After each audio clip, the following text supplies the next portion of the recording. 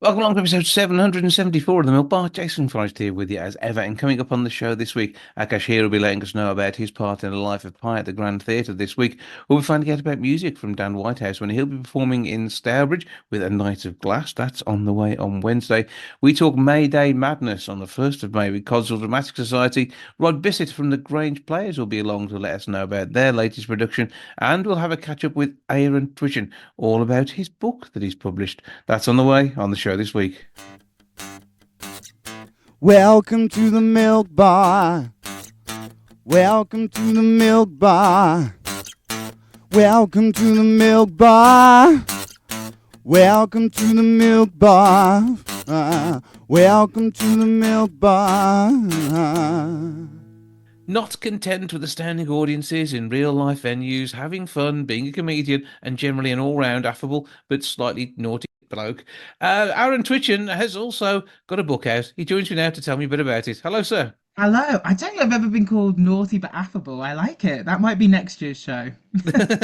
Okay, so what is going on? Because I mean, you're used to trotting up and down to Scotland every once in a while for those Edinburgh things. That's been Yeah. done, and I'm no doubt will be again. You've also gig on a regular basis, and put together your own comedy skits, that sort of stuff. You're basically a bit of an all rounder. I know. Isn't it a miracle that I'm not on primetime television? Perhaps if Ant and Deck went on everything, there'd be room. I don't understand it. Yeah. So I wanted to write a book, I guess. Maybe it was one of the few things I hadn't yet done. And it's basically had this theory that as a queer man, many people may not have guessed that, from my high pitched voice and affable nature, but I am a gay man. And I just felt like there's this huge bit about like gay culture and gay history where we don't learn anything about it, we don't know anything about it.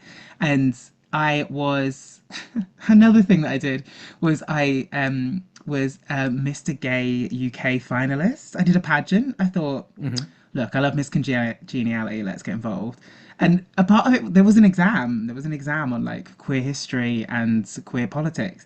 And I found myself studying for this exam and thinking, oh my God, I didn't actually know this stuff. Like I was embarrassed about how little I thought I knew. And then I thought, well, where would I have learned it? You don't learn it at school. It's not like if you were like a Jewish person or you were a black person, you'd grow up in a Jewish or a black family and you'd learn about culture and the history like from the people in your family. But when you're, a queer person or a gay person or a trans person, you're probably not going to grow up in a family of gays, trans, and queers. You might, good for you.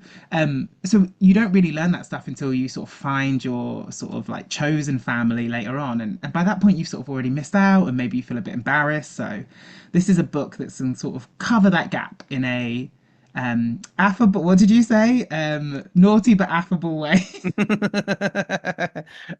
and it's something which again, it's a gap in the market for definite, and approaching it probably with humor too. I'm gonna guess. It's so humorous. It's very pop culture. Like I as I advertise it to the youth of today, thinking, do they know what a Rachel Stevens is? I question some of my choices. But yeah, it's like very pop culture. It's very like it's easy to read as well. Like this is probably the only book I've ever read. So like I can say that it is easily to read. And yeah, it's a series of essays you can sort of like dip in and dip out. This is not like a big tome. Shall I do my Liz Truss? Here is my book, ready to be presented. The greatest joy of my life is promoting a book at the same time as Liz Truss because she just gives you so much to mock and meme. It's a You've gift. got very similar dancing abilities as well, haven't you? I'd like to think I dance a little bit better than Liz Truss as someone that was once in the circus, but okay, maybe that felt like a burn. I didn't realize what a comedy roast here. No, to be fair, your circus skills are absolutely second to none, and this is again, it's another part of this weird bow you have with so many strings on it that you must be shooting arrows left, right, and centre. Yeah, you'd think I sort of call myself a retired circus artist now. Well, I'm in my serious author phase. I've dyed my hair brown. I'm a serious author for a month or two before going up to Edinburgh Fringe, as you said. So, and I feel like it's quite funny. There was a comic. He was a really big circuit comic called Ian Cognito. Hmm. He sadly passed away. But I remember he used to say to me, like I'd go on stage and I'd come off and he'd be like, the great thing about you is you don't feel the need to say anything important when you're on stage. You just make them laugh, and you don't care that what you're saying is irrelevant and has no meaning. And I don't know whether he genuinely thought I had no care about anything in the world, or whether he was trying to bait me on to do a little bit better. But I like the idea that I've done this book when he seemingly thought I would be just doing irrelevant stuff. Mhm. And then I'm doing a show called Himbo, which is just me being that pure irrelevant self. But it's not quite. I mean, I have to admit, you've mentioned fringes twice, and the one I was least expecting is Mm. the one you're sporting on your head today. You never know where you're going to go with your hair. Is this a fringe? I'm very much in my A1 bangs era, I think. Hmm. Um, well, I wanted to dye my hair brown because I wanted to be a serious author. And I kind of liked, no one will know who she is listening, but if anyone who liked N-dubs remembers Talisa, she had a short-lived solo career because she was robbed by the Sun newspaper framing her for a drugs crime she didn't commit, but that's another book that I probably will write. And she dyed her hair brown in the middle of an ad campaign, and it meant that her promotion went into free fall because I had to keep colouring her hair on all the pictures. And I don't know why, but I just thought that'd be funny. I just wanted to make my agent panic. And actually, they didn't even notice.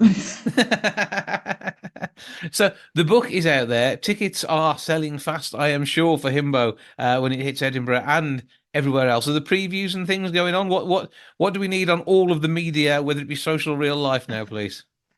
I think I'm very accessible actually. So the book is out on May the 1st. So you can pre-order the ebook because everything's digital now from Amazon, and then the paperback comes out on May the 1st, and hardback will be sold at all of my gigs. So yeah, it'll be sold at Edinburgh from something like the 30th of July to the 25th of August. It's the longest month of my life. And then before that, yeah, I'm in Brighton Fringe in May. I'm at Cambridge Fringe, I'm in London, I'm in Birmingham, I'm in Newcastle, and you can find out about all of these at my humbly titled website, www.iloveaaron.co.uk. Simple as that. Finding Humble that. because it's .co.uk. If it was Yeah. .com, that'd be arrogant, but .co.uk, it's like, I'm just I've, keeping it national. I've got a .com. What's wrong with having a .com? I just think it thinks you think you're JLo, whereas I'm like, I'm just keeping it humble for my UK hands. It's going to be awesome, yeah, for people who do get to see you on stage and do make the effort. It's well worth it. You never know what he's going to do, what his hair color is going to be, or where the humor's going, and it'll be brilliant. But also, say the book is, yeah, I'm taking you seriously now. It is quite impressive. And then Thank everything else. you. When's the album deal coming along, and when can we expect to Oh see you my dangling God. off, yeah, bits of silk in the air again? Yeah, I promise that I will release my album of exclusive unreleased Victoria Beckham covers to celebrate her 50th year by the summer, back despite popular demand. And I'm retired for circus for now. It's retired with a wink. Who knows? Who knows what is next circus wise? I'm a serious author today. I'm a silly comic in the summer. Who knows what I'll be in the autumn? Maybe I will evolve again. There'll certainly be another version of his butterfly, that's for definite. Give us those web details again. Give us the all important .co.uk. Everything is all available at my humbly titled website, www.iloveaaron.co.uk. That's Aaron, Aaron, the best way to spell it. Okay, well, I normally mispronounce it whenever I talk to you, so I will say Aaron Twitchen, thank you for joining us. Thank you for having me.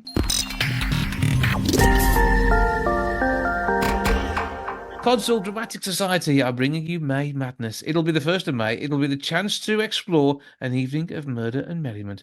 Jackie Sherlock is here to tell me all about what they have in store. Hello. Hello, Jason. Yeah, it's going to be a bit different from what we normally do, but it should be good fun anyway. Well, you often have the opportunity for new members to come and join and to get to know a bit more about the society, meet the people behind it all. Because those we see on stage only make up about a third of all the people who are involved behind the scenes in any one show. And celebrating 75 years, obviously something is being done right over a number of decades. And the current cast and crew and people behind it are doing a brilliant job of having great fun on stage and bringing the people together to see the shows and be part of them. Yeah, I mean that's exactly what we like to do and what we're here for really, is to really bring our community together, give opportunities to people who may or may not have any experience in the theatre, and just get their hands stuck in and get their hands dirty. And it's not just the people that are on stage, as you said, it's directors, it's prop makers, it's set designers. It's people who can make a really good cup of tea, or just people who want a friend. We are a family here at CDS, and we're really, really lucky to have a very talented bunch of people in our family.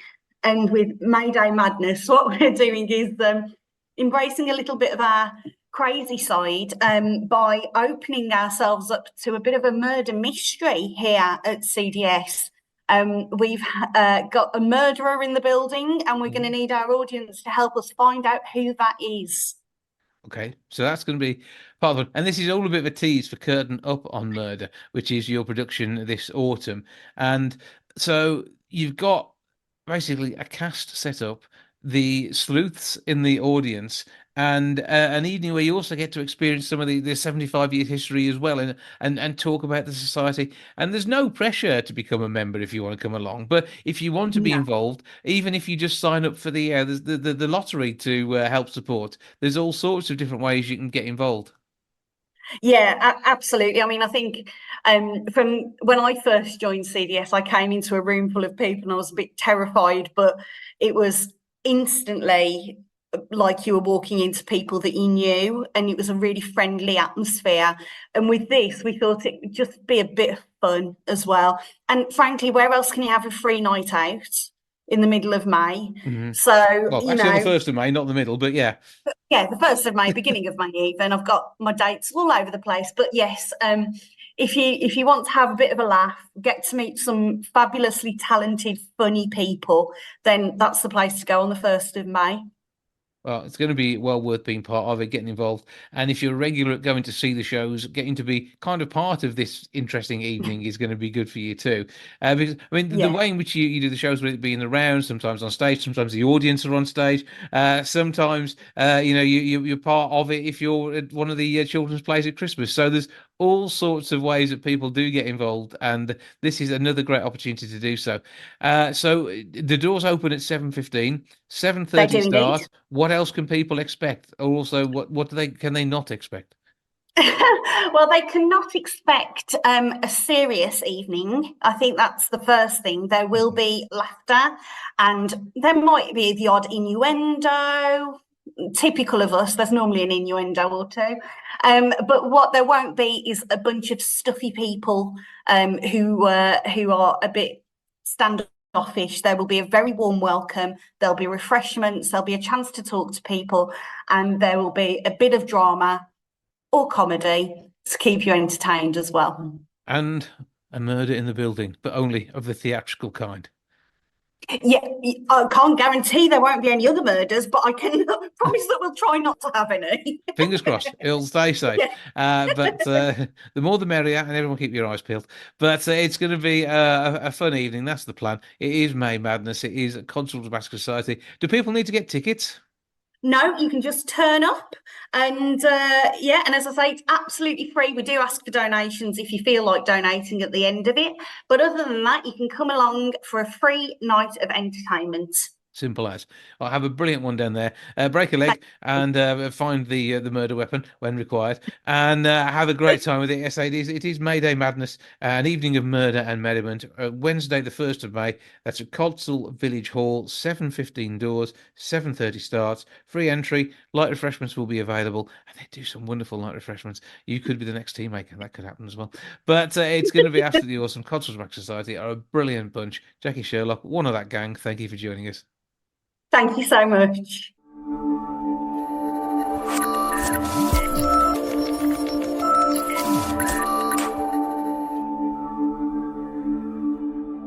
Now, Daniel Whitehouse is somebody who each time I interview, I talk about the fact we've interviewed so many times over the years, so many projects, so much music, and he's just returned from 6 months in Japan.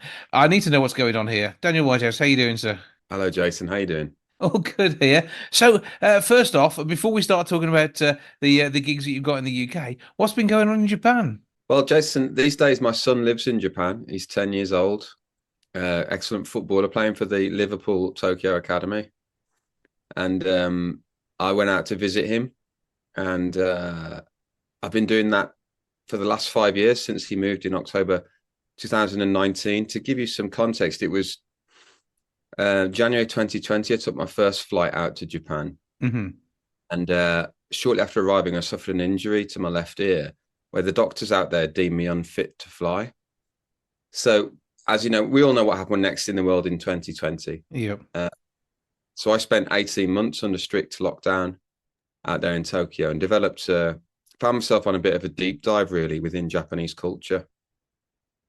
I developed this new routine where I'd take a walk down at the Tokyo Bay, and I encountered a group of people down there that would congregate daily at dawn and sing to the rising sun.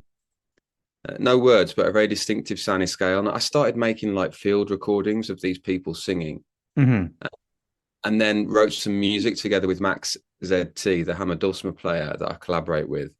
We wrote a piece called Shizuka that was my attempt to capture the sort of softness and quietness. Shizuka means quiet in Japanese. And, you know, the streets were deadly quiet. They really took that lockdown seriously, as you can imagine. Mm-hmm. And, I mean, maybe you could share that track. That's one of the tracks that I'm playing on this tour, A Night of Glass. After 4 years of watching and observing the sun worshippers, I eventually infiltrated the group and they invited me in. I'm now a proud member. When I'm out there in Japan, I wake up early and go and sing to the rising sun with them. They do it for health reasons, and it's a fantastic way to start the day. It sounds good for you both physically and mentally, though. Yeah.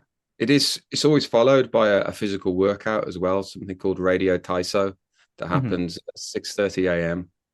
It's on the NHK, the equivalent of the BBC, and all Japanese people get up and stretch and swing their arms and legs, and I enjoy partaking in a bit of that before the day begins. Sounds like a good way of getting to grips with any Monday, to be fair, but it sounds like a good move. But yeah, so you mentioned the fact you're out on tour. A Night of Glass appropriately starts at Katie's Secret Garden, formerly Katie Fitzgerald's, and that's coming up on Wednesday the 24th. So a big night for you playing at home. You're right to say it's an appropriate location, because obviously they've been making glass in Stourbridge for over 400 years. And I wrote a song cycle called Voices from the Cones about the history of glassmaking in Stourbridge. It's called Voices from the Cones due to the iconic cone-shaped fiery furnaces that once adorned that Stourbridge landscape. It was hot work, you know, glassmaking. I don't know if you know, they've heard the story about how they gave all the glass workers free beer. Oh, I've missed out on that one. But I wrote a song about this. I had the pleasure of interviewing, part of the project, a former glassworker called Malcolm Andrews, and he shared this story about how it was his job as an apprentice to pop down the hill to the Dial pub and carry the bottles of beer back up for the elders. But he would often get wrong because when he lined them up on the wall at the top of the hill, the elders would complain that they weren't all level. They all wanted to get their equal share of beer, and so, but that wasn't Malcolm's fault. It was just the way that they'd come. But he said, he took his revenge and he started to take a sip to drink them all level. So he made sure he was full. That's the way to do it. And yeah, it works out fairer that way for definite. But the whole of the Wolverhampton and Black Country area has been so steeped in history from industry for so long, and it's interesting how each part of the area does its own thing. Obviously, Wolverhampton much more of a natural textile, Warsaw with its leather, Willenhall with its locks, and the likes of the Glasgowns. There is just so much to talk about, and in your case, sing about that covers the whole area off. But equally, I know we didn't get a chance to have a chat around it at the time. But when the Crooked House came to its sad demise, I know that you put a song together there, and this. It's all sung from the heart, and certainly the sort of spirit that the region is known for. We will be singing the Crooked House song on Wednesday night at Katie's for sure. Whilst things are looking up with that situation, I'd say I'll believe it when I'm back sipping a wonky pint. So fingers crossed that works out the way we want it to. But it's not only some actual confirmed history. We've got giant characters as well, and over 7 foot tall, a chainmaker weighing 60 stone. Is this possible? The Briley Hill Giant, Mr. George Lovett. He was a striker, a chain maker. Last summer, I did a project called the Briley Hill Songbook, where we invited members of the public to come forward and attend workshops where we unearthed some local stories. And there were lots of stories in the Briley Hill community about this chap, George Lovett. Apparently, when he travelled by tram, he'd have to sit at one side. And he was so big that all the other passengers have to sit at the other side of the tram just to balance the tram out. And he didn't even fit inside a train carriage. You have to sit up in the guards van. And but throughout his life, he harbored a condition with his pituitary gland that left George with the voice of a child. So people saw him as somewhat of an exotic specimen, and would poke fun at him a little bit. Towards the end of his life, he would often be found sitting outside his house. He lived on the high street opposite Blunt's Grocers, where he'd often attract the attention of passers-by. And just reading his story, I felt that George was somewhat misunderstood, and I wanted to kind of set the record straight, because one thing that everybody seemed to agree on, that he's a very decent and loving man. His funeral was so well attended that thousands came, and they had to close off the churchyard through fear of the damage the crowds might cause. And that song was written as part of the Briley Hill Songbook. And some of those volunteers that came forward with stories, there were some other remarkable stories. For example, these women brought in their father's belt, which he was a part of the St. John's ambulance, and would often be called out in the middle of the night to the Round Oaks Steelworks, where, because there wasn't any health and safety, people were losing limbs and fingers, right, left and centre, sadly. And he saw some horrific accidents that he had to deal with, and they wrote a very touching song about that. And these people are going to be joining me, these songwriters, these emerging writers are going to be joining me on Wednesday. We're going to sing the anthem of the project, The Sun Always Shines on Briley Hill. So an interesting and probably eclectic mix of music. For those who followed your career over the years, I mean, you've gone in so many different directions, but still with your passion for music at the core. And I think the first track we spoke about was as a dance track that you worked on back in the mid-90s. And is it a reflection of your more senior years these days that this is the direction you're going in? As I've still got a few years ahead of you, I think, but it's something that comes to us all. You're right to observe. I'm very old now, Jason. Very fragile. In recent times, I've loved writing story songs. It was Boo Hewerdine that introduced me to the art of story songs. In 2015, I did about a year of touring with Boo, and he's a master of it. And he really showed me how to do it. We co-wrote a song about a Syrian refugee who's a photographer with impaired vision called Hani. That song's called Close Up. I released a live version of that a week or so ago. And since then, really, I've been digging out people's stories, actively trying to find human stories that I found interesting. Because what I've found, Jason, is that through studying other stories, you eventually start to see your own staring back. There's an emotional. We're all interconnected, aren't we? Mm-hmm. When I'm reading a story, I'm always looking for the emotional connection to it, my personal emotional connection. That'll give me the way in to be able to write the story.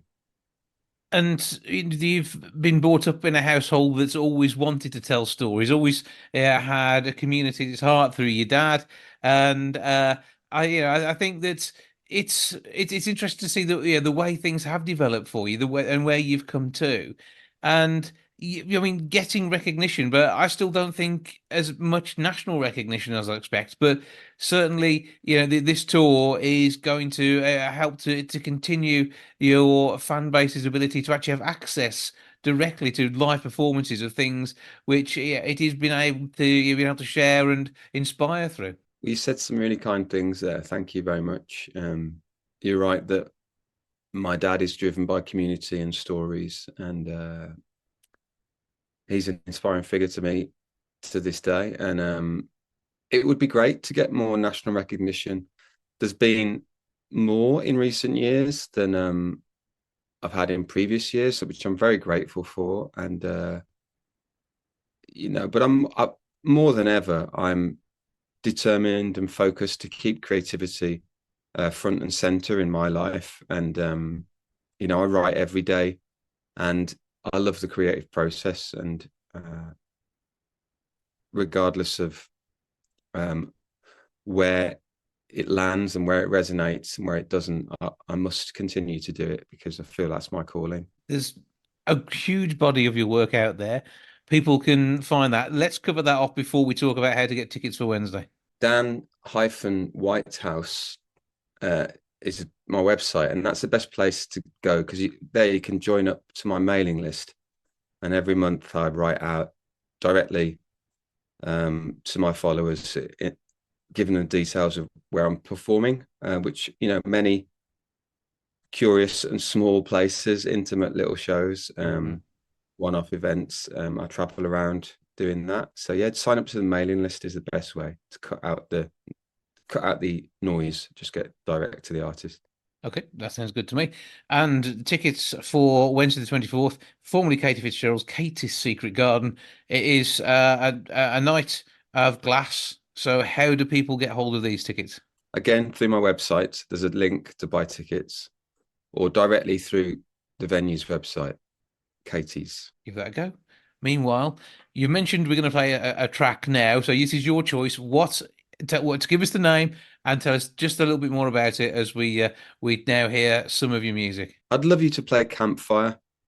And whilst out in Japan, I did a Rising Sun stream performance, and it was raising money for people on the ground caught up in the crossfire and the conflicts that are not of their choosing, in the Israel-Gaza conflict, in the Russia-Ukraine conflict. All those innocent victims, we raised over £400 for them. And this is a song about, you know, likening the rising sun to a campfire that we can all gather around for heat and light and warmth. And we all share the same sun, don't we? We all have equal rights to life and on this earth. And that's the message behind this song, taken from my record, The Glass Age. Campfire. Well, so this is released as a single on the 24th of May. So there's going to be more opportunities to hear this later. You can hear it live this coming Wednesday at Katie Fitzgerald. Dan, it's always a pleasure to speak to you. Thank you for joining us. Have a brilliant time on the road. Dan Whitehouse, thanks again. Thank you, Jason. Thanks for having me.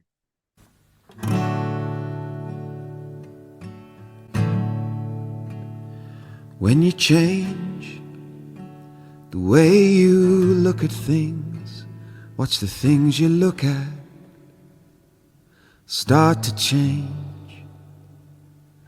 Through the flame of this gentle blaze, everything is rearranged. The love we share glows like a campfire. The embers crackle and we hum along.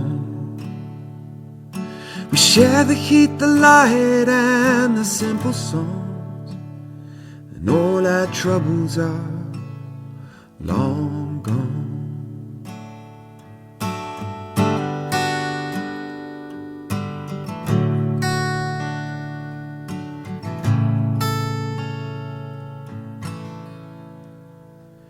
A minute's silence every morning, pay our respects to the great force awakening, rising above us with a heat that penetrates your skin and fuels your chest. We do not surrender, there was never combat. She comes in peace, we are one. The love we share glows like a campfire. The embers crackle and we hum along. We share the heat, the light, and the simple songs, and all our troubles are. The love we share glows like a campfire. The embers crackle and we hum along.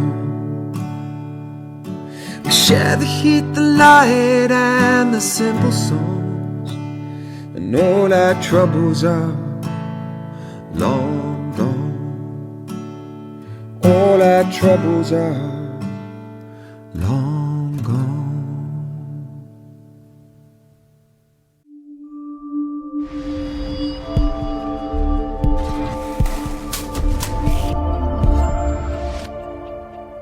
Now, with Life at Pi at Wolverhampton's Grand Theatre from the 23rd through to the 27th of April, magic will be happening on that there stage. Tigers and the like will be brought to life, as well as telling an amazing story. Somebody who's got his hands and many fingers in that particular pie of the tiger is Akash Heer, who joins me now. Hello, sir. Hi, how are you? I'm all right. How is it going in your world? Very, very well. Yeah, very well.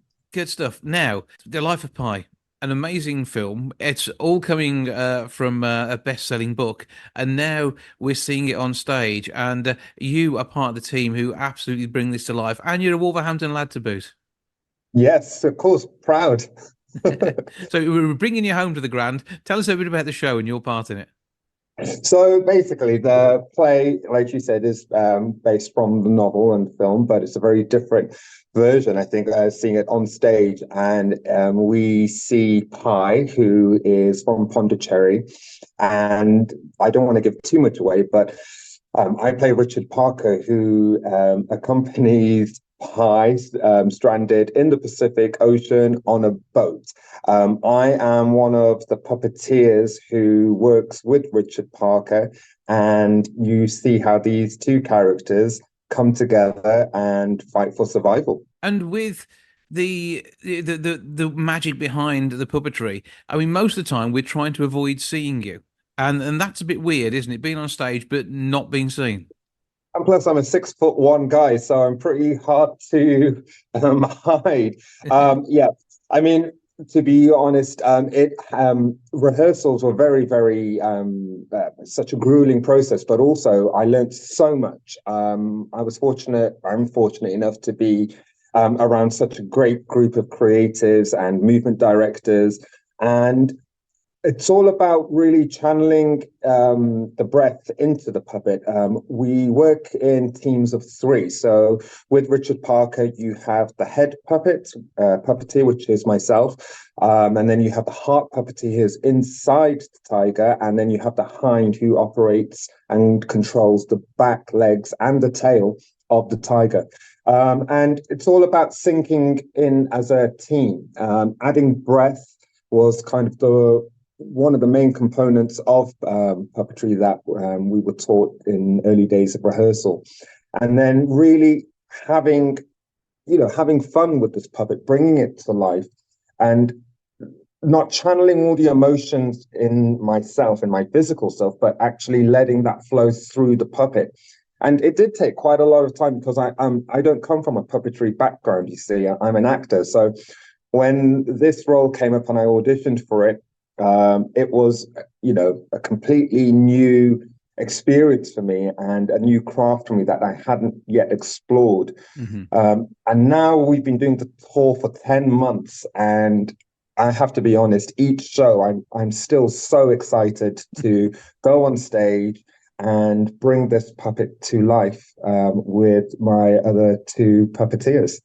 Yeah, and sort of immersing into the story, which is a great part of it. And I was going to come on to Ian, what other acting have you done in this world before with puppetry? But I mean, puppetry itself, it seems to be taking a bit of a renaissance at the moment, doesn't it? Because in the past, it was how these things were done. We didn't have films and CGI back in the day. And if you wanted to see an interesting character somewhere that was not a human, then puppetry would be the way it had been done.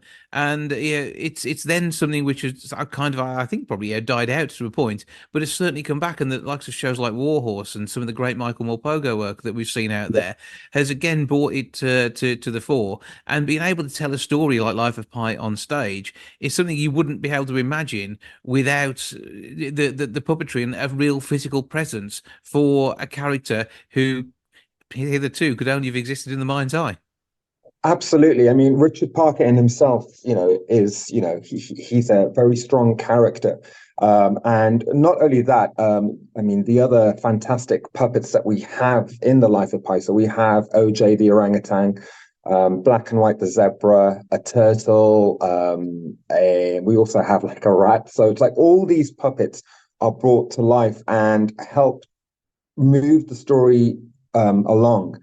And, we have an amazing cast of actors as well who work with the puppets and share a lot of their scenes with them. So it's great to be able to find the balance between the actor and the puppet and really navigate this story through. This story itself is a journey, and that is a nice combination for those on stage as we see it sort of take on a whole epic adventure that's again brought to life on stage in a way which without the puppets and everything goes with it, you just wouldn't be able to as easily imagine it. It really is a great concept that is just so immersive for the whole audience, and I should take it for you and the team who are doing this on stage. Yes, absolutely. I mean, like you said, it's an epic story. It really is. And with the puppets as well, like you really do get immersed into the story. You're taken into Pondicherry, India. You're with Pi throughout this whole journey to the market in India, to being stranded in the Pacific on this boat, fighting for survival. The audience's reaction to the play has been phenomenal. 10 months doing the tour. I've seen so many theatres, been in front of so many audiences. I think we're on our 223rd show or something like that. Mm-hmm. And each time we do it, I mean, it really is so rewarding because the audience's reaction to the story, seeing it, anew with fresh eyes each night we do it is fantastic. And it really kind of drives us to get the story across. It's a new audience. And it's exciting for us to take them on this journey with us. And of course, I say you're at the Grand, your home theatre, effectively. Yeah. And how many times have you performed at the Grand in the past? Is this something which you grew up doing? This is my Grand debut. Amazing. I remember I used to study drama at the New Hampton Arts Centre, mm-hmm. and I'd walk past the Grand Theatre, and I'd always think, I wonder if ever I will get to perform there. And lo and behold, many years later, I will be finally performing at the Grand Theatre, which I'm so excited and proud of. Yeah, but was it the first theatre show you saw at the Grand? Is that something that is it been part of your life that way, or is it again somewhere that's just been a case of it's always been aspirational? The first show I ever saw at the Grand Theatre was a pantomime Snow White when I was very young. So treading the boards that the Panto Stars took then, and doing it in a way which is going to be such an immersive journey for the audience. It'll be an absolute treat. Of the show, is there a favourite part of the storytelling for you? I have really thought long and hard about this. Even when I'm in the wings, just before I go on stage, I'm like, okay, this is my favourite scene. No, this is my favourite scene. And the answer to that is no. Anything I get to do with any of the puppets is my favorite scene. I can't really narrow it down to one specific section. So I will have to say the entire play is my favorite. I just love everything about it. Well, we can expect stormy weather on the Pacific Ocean as Pi is stranded on his lifeboat. And as you said, I mean, with 4 survivors on the lifeboat being the tiger, an orangutan, a hyena and a zebra, that's an unusual combination. Wouldn't expect it to make for great conversation, but this story brings us a different angle on that. And it's your chance to see the way this story is told and brought to life through an amazing, triumphant piece of theatre has been described as. We get to see that and see exactly what it's like with Life of Pi on stage at the Grand, 23rd to the 27th of April. 01902 429212, the box office number, grandtheatre.co.uk to get your tickets. And you can be there and enjoy the magic. And is this going to be basically inundated with friends and family for you as well? Absolutely. I mean, we got to perform at the Hippodrome in Birmingham a few months ago, so I had quite a few friends there, but I've got my whole family and a big group of friends coming to see me, which will be very, very exciting. So yeah, I've got most of my shows will be sold out by my family and friends. So if you want tickets, get in there quick before Akash's entire family snap up every single seat. Looking forward to having you at your home theatre, your first time on stage at the Grand, and I'm sure it is going to be, and again, another absolute triumph. Akash Heer, thank you for joining us. Thank you so much.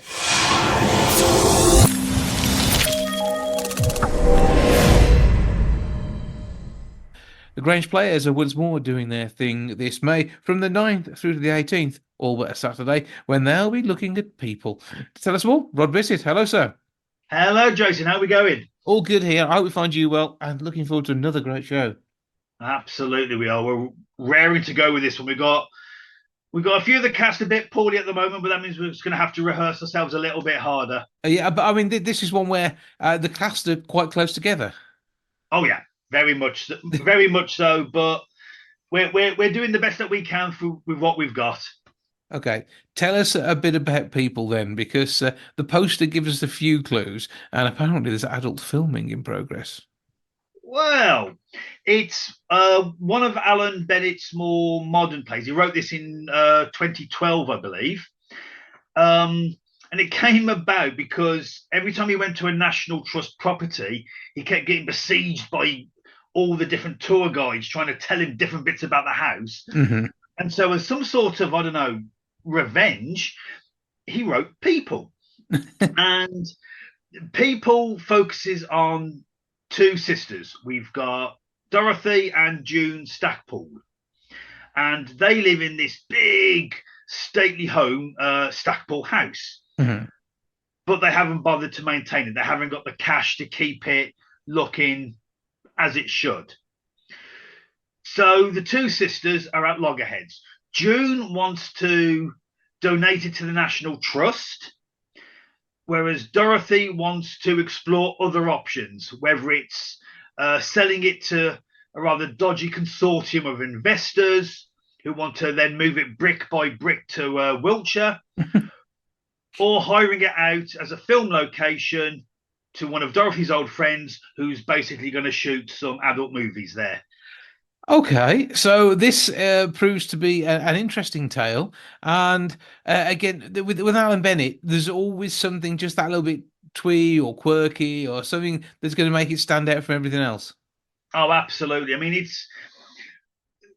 this is a play about like relationships with each other and the age-old problem of what to do with the old buildings. Do we pump money into restoring them, or do we just knock them down and turn them all into a Starbucks?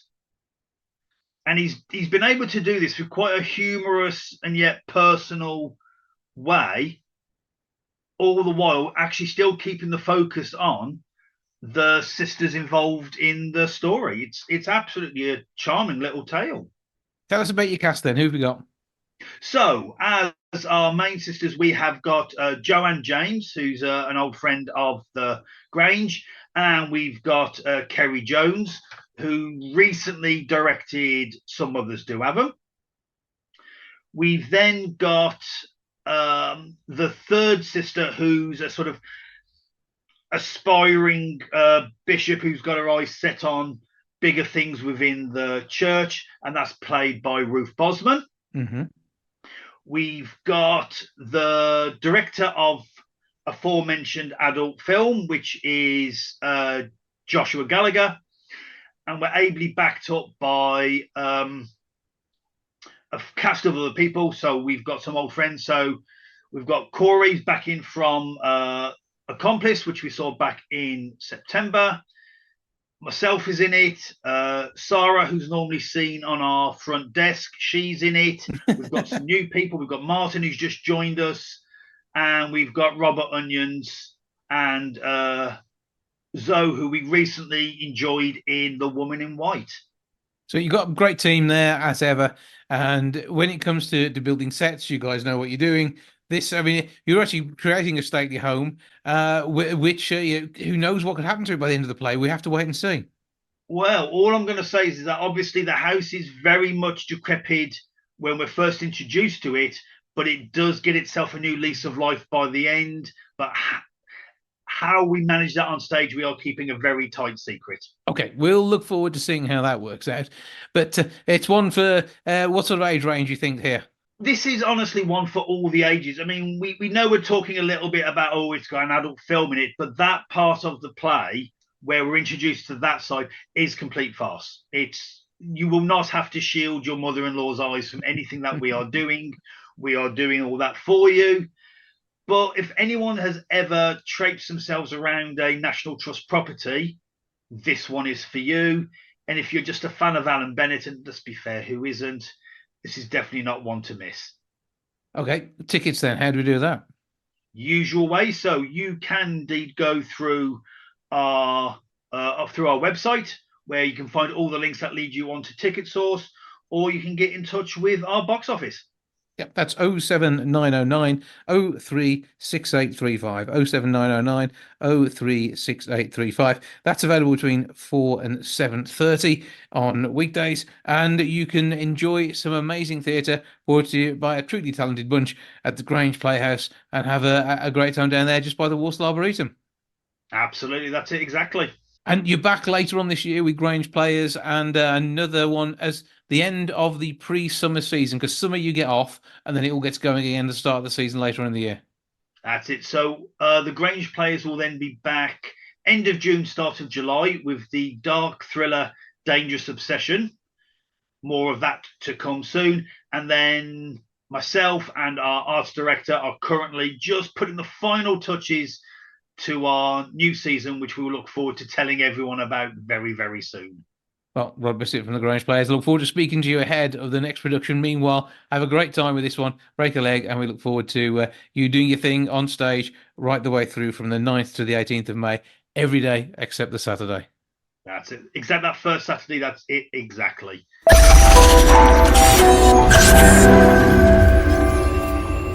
That's all for this week. Thank you so much for joining me back with episode 775 next week. I'll see you then. Ta-ra for now. Goodbye from the milk bar. Goodbye from the milk bar. Goodbye from the milk bar. Goodbye from the milk bar. Yeah. Goodbye from the milk bar. Yeah.